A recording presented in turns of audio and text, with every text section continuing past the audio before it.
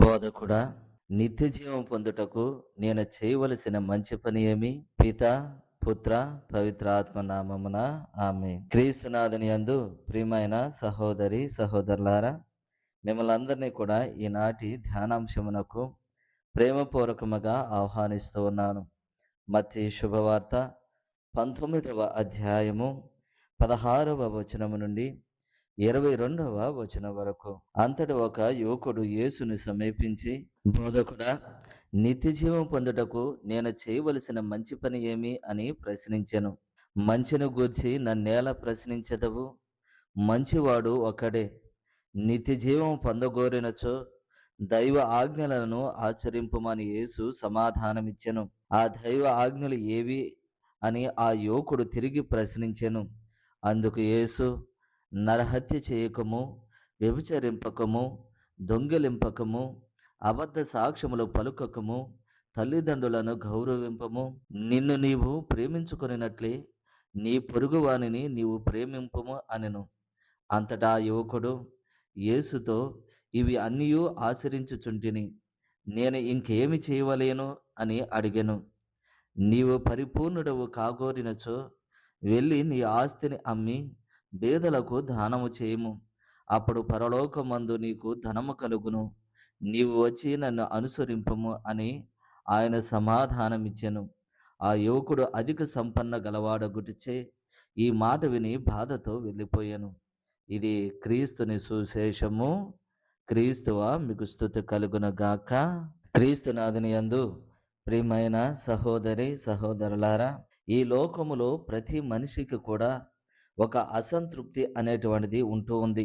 ప్రతి మనిషి ఏదో ఒక దానిని గురించి ఆరాట పడుతూ ఉంటాడు. ధనమును సంపాదించాలని గాని, పేరు ప్రఖ్యాతులను సంపాదించాలని గాని, పదవులను సంపాదించాలని గాని, ఉద్యోగం సంపాదించాలి అని గాని కొందరు ప్రయత్నాలు చేస్తూ ఉంటారు. అది విఫలమైనప్పుడు వారిలో అసంతృప్తి అనేటువంటిది ఉంటూ ఉంది. అయితే ఈనాడు మనం చదువుకున్నటువంటి ఈ యువకుడు కూడా నిత్య జీవాన్ని పొందుటకు నేను ఏమి చేయాలి అని ఒక ప్రధానమైనటువంటి ప్రశ్నను దేవునిని అడుగుతున్నాడు.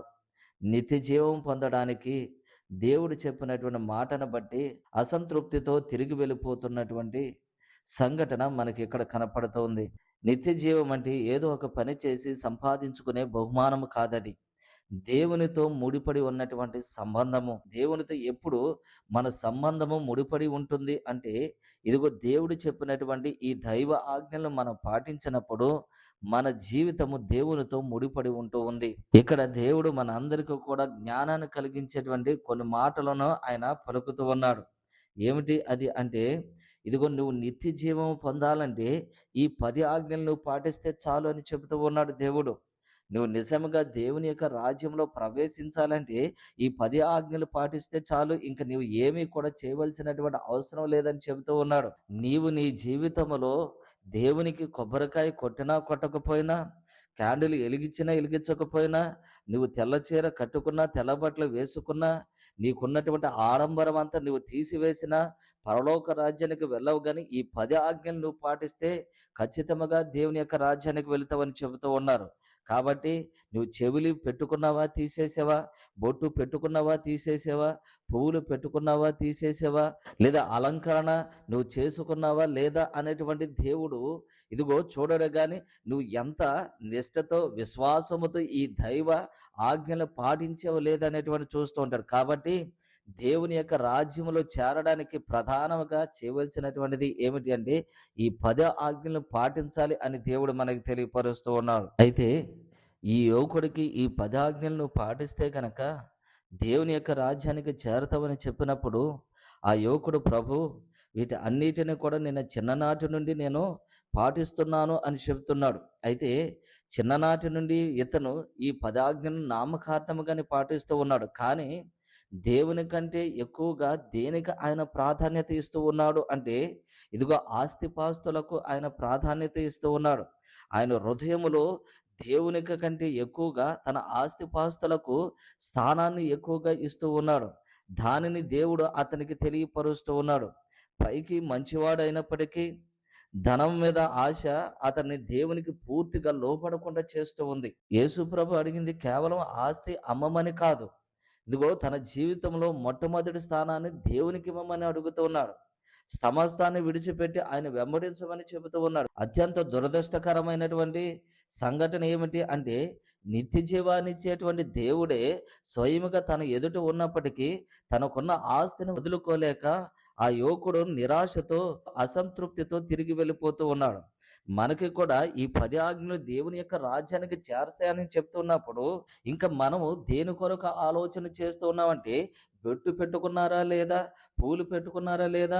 అలంకరణ చేసుకున్నారా లేదా? కొబ్బరికాయ కొట్టారా లేదా? దీపం వెలిగించారా లేదా? ఇది వ్యక్తిగతమైనటువంటి విశ్వాసం. కానీ దేవుడు ప్రధానంగా చెబుతున్నటువంటిది, నువ్వు బొట్టు పెట్టుకున్నా, తీసివేసినా, అలంకరణ పెట్టుకున్నా, పెట్టుకోకపోయినా 10 ఆజ్ఞలు నువ్వు పాటిస్తే గనక ఖచ్చితంగా దేవుని యొక్క రాజ్యాన్ని పొందుకుంటావు అని దేవుడు తెలియపరుస్తున్నాడు. కాబట్టి మనము కూడా మన జీవితాలను ఒకసారి పరిశీలన చేసుకుందాం. దేవుడు చెప్పేటువంటిది, ఇదిగో మన సంపూర్ణ సమర్పణ నిత్య జీవానికి మార్గం అవుతూ ఉంటుందని తెలియపరుస్తున్నారు. కాబట్టి దేవునికి ప్రథమ స్థానం ఇస్తూ 10 ఆజ్ఞలను పాటించి నిత్య జీవం పొందడానికి ప్రయత్నం చేద్దాం. పిత, పుత్ర, పవిత్ర ఆత్మ నామమున ఆమేన్. మహోన్నతుడైన మా యేసయ్య, ఈరోజు ప్రభువా, మేము నీకంటే ఈ లోక విషయాలకు ఎక్కువ ప్రాముఖ్యత ఇచ్చినటువంటి సంఘటనలను మేము జ్ఞాపకపరుచుకుని, మేము పశ్చాత్తాపపడుతూ నీ దగ్గర ఆ సంఘటనలన్నీ కూడా ఒప్పుకుంటూ, మా జీవితంలో నీకే ప్రథమ స్థానాన్ని ఇచ్చేటువంటి అవకాశాలు కల్పించమని, మేము నిత్య జీవం పొందడానికి, మమ్మలను సంపూర్ణంగా నీకు సమర్పించుకోవడానికి కావలసినటువంటి ప్రతి అవకాశాన్ని మాకు కల్పించమని, మా ప్రభువును మీ కుమారుడైన యేసుక్రీస్తు ద్వారా ఈ మనవి చేయుచున్నాం తండ్రి. ఆమేన్.